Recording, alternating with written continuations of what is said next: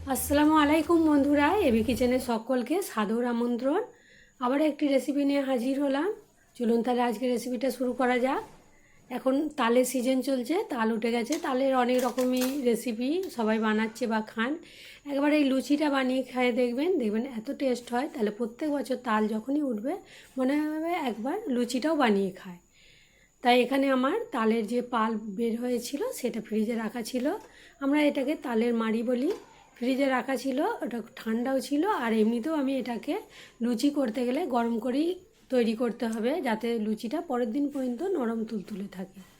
আর এখানে চিনি লাগতো, আমি চিনির বদলে মিষ্টির রস ছিল, গোলাপ জামুন মিষ্টি হয় সেই রসটা ছিল গাঢ় খুবই, সেটা পরিমাণ মতো দেখে দিলাম। আর যদি মিষ্টির রস না থাকে তাহলে তো চিনি দিতে হতো, চিনিটাও গলতো। আর এই মাড়িটাকেও ফুটিয়ে নিতে হবে, এভাবে ফুটিয়ে করলে লুচিটা নরম থাকবে। ওখানে মানে গ্যাসের চুলোয় মাড়িটা গরম হোক, আর এদিকে আমি ময়দাটা রেডি করে নিচ্ছি। ময়দাটা চেলে নিচ্ছি। এখানে আমি 600 মতো ময়দা নিয়েছি, যদি পরিমাণে লাগে দেব। ময়দাটাকে ভালো করে চেলে নেওয়া হচ্ছে, চালা হয়ে গেছে। এবারে এখানে আমি লুচির যেমন ময়ান দেওয়া হয় সেইভাবেই ময়ান দেবো। একটু লবণ দিয়ে দিচ্ছি, আর সাদা তেল দিয়ে ময়ামটা দিয়ে দিচ্ছি।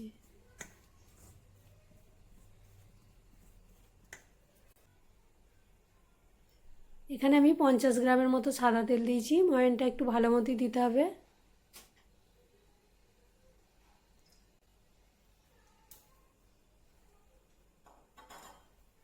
এবার আমি হাতের সাহায্যে ঘষে ঘষে দিচ্ছি। ময়ান যত এইভাবে ঘষে ঘষে দেবেন লুচি কিন্তু তত ভালো হবে।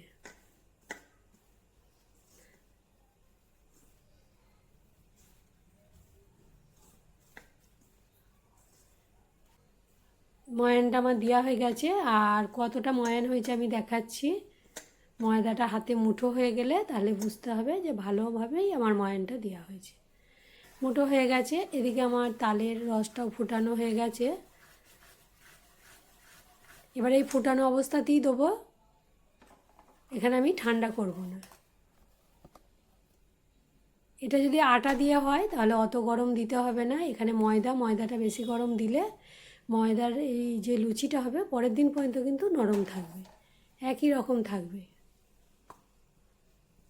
খুবই গরম আছে বলে চামচের সাহায্যে এটাকে আমি মেখে নিচ্ছি ময়দাটা।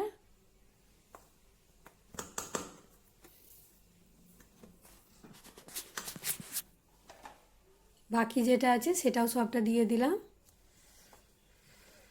খুব গরম আছে, হাত দেওয়া যাচ্ছে না।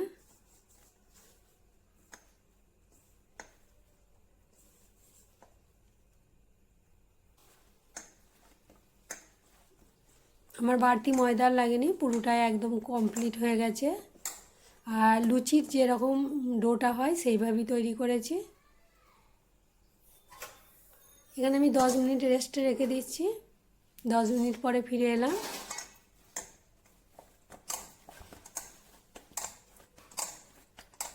এবারে লুচির মতো ছোট ছোট লেচি করে নিচ্ছি।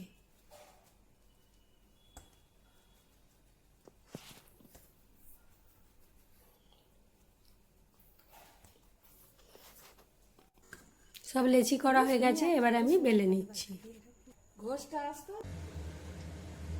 একটু তেল লাগিয়ে দিচ্ছি, তাহলে লুচিটা ভালো বেলা যাবে। ওই একবারই লাগাবো, আর লাগাবো না।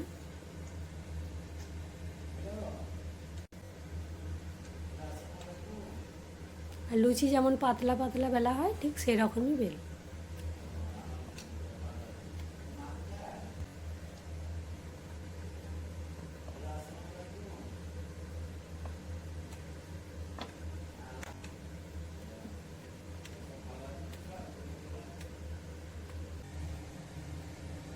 তেল ভালো মতো গরম হয়ে গেছে, এবারে লুচিগুলো ছেড়ে দিচ্ছি। আর এভাবে ছান্তাই করে চেপে চেপে ধরলে লুচিটা কিন্তু খুব সুন্দর ফোলে।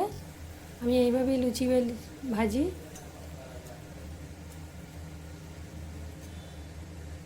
প্রত্যেকটা লুচি কিন্তু আমার একদম ফুলে ফুটবলের মতো হয়ে গেছিলো। ফুলকো ফুলকো লুচি বলে যাকে, সেরকম ফুলকো ফুলকো লুচি হয়েছিল।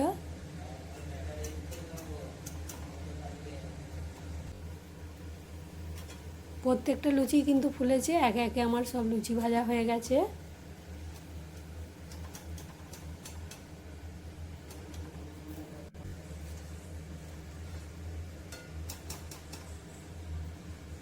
লুচির কালারও খুব সুন্দর এসেছে। দেখাচ্ছি একটা ফাটিয়ে, যা গরম, হাত দেওয়া যাচ্ছে না। এবারে এখানে এটা শুধুই খাওয়া যাবে কারণ মিষ্টি দেওয়া আছে, কিন্তু তার সঙ্গে কেউ যদি ঘুগনি, আলুর দম, তরকারি যে কোনো দিয়ে খাওয়া হয়। আমি এখানে দুপুরে মুরগির মাংস রান্না করা ছিল, সেটা দিয়ে মানে লুচিটা খাওয়ার জন্য করেছি।